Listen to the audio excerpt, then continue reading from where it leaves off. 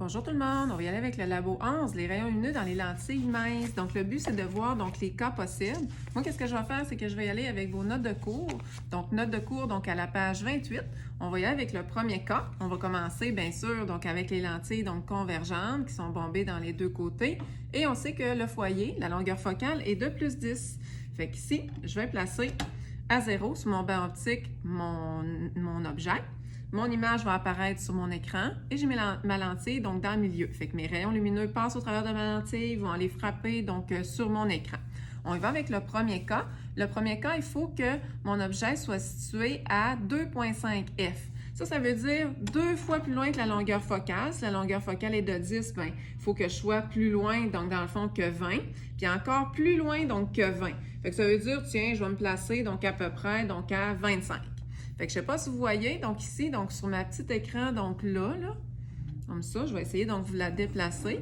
Donc ici, on voit que, on va apparaître une image, qui est vraiment floue. Si je l'avance, donc là, j'ai mon image qui est nette. Et si j'avance, là, je vais le perdre, là, mon image va vraiment être floue.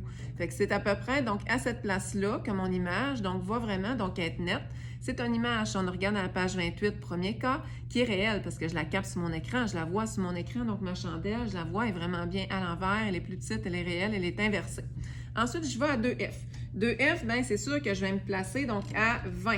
Fait que si je me place à 20, ici, donc là, je vais me déplacer. Là, je fais « Oh, boy! » Donc là, l'image est vraiment pas nette. Là, ça commence à être net. Si je dépasse, là, ça l'est plus. Fait que si je m'en viens ici, là, mon image, elle est réelle, elle est à l'envers. Donc, je la vois super bien. Donc, ma petite flèche, à l'envers.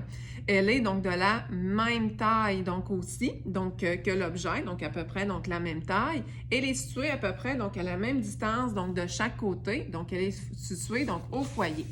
Si je m'approche, encore à la page 29, avec mon cas 3, là, je suis à 1,5 f. Fait que ça veut dire que si mon f est à 10, mon 2f est à 20, fait que je vais me placer, à peu près, à 15, à peu près dans le milieu, en autant que je sois dans le milieu.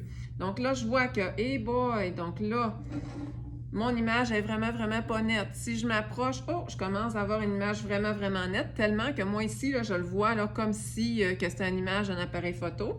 Puis quand je m'approche, là, je perds de la netteté. Fait que ici, j'y vais là. Donc là, je vois que mon image, elle est à l'envers, elle est réelle parce que je suis capable de la capter sur un écran. Puis, c'est sûr qu'elle est plus grande, on le voit là, comparativement, à tantôt.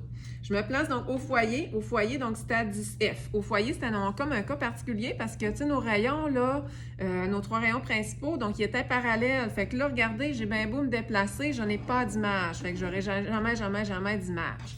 J'y vais avec le dernier cas, le 5e cas.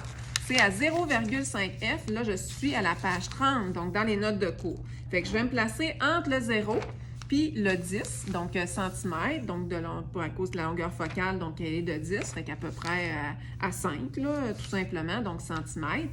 Et là, regardez, je suis pas capable d'avoir le focus d'une image. Il n'y a pas d'image que je suis capable de capter là-dessus. C'est normal parce qu'elle est virtuelle. Fait que pour aller la voir, je vais regarder au travers de ma lentille. Là, je ne peux pas vous le montrer parce que vous ne pouvez pas la voir, mais je la vois effectivement plus grande, droite.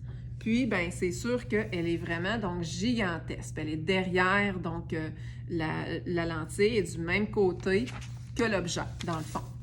Si je vais avec une lentille qui est divergente, donc pourquoi que ça me dit que la lentille est divergente? Parce qu'elle rentre vers l'intérieur et en plus, la longueur focale, elle est de moins 15.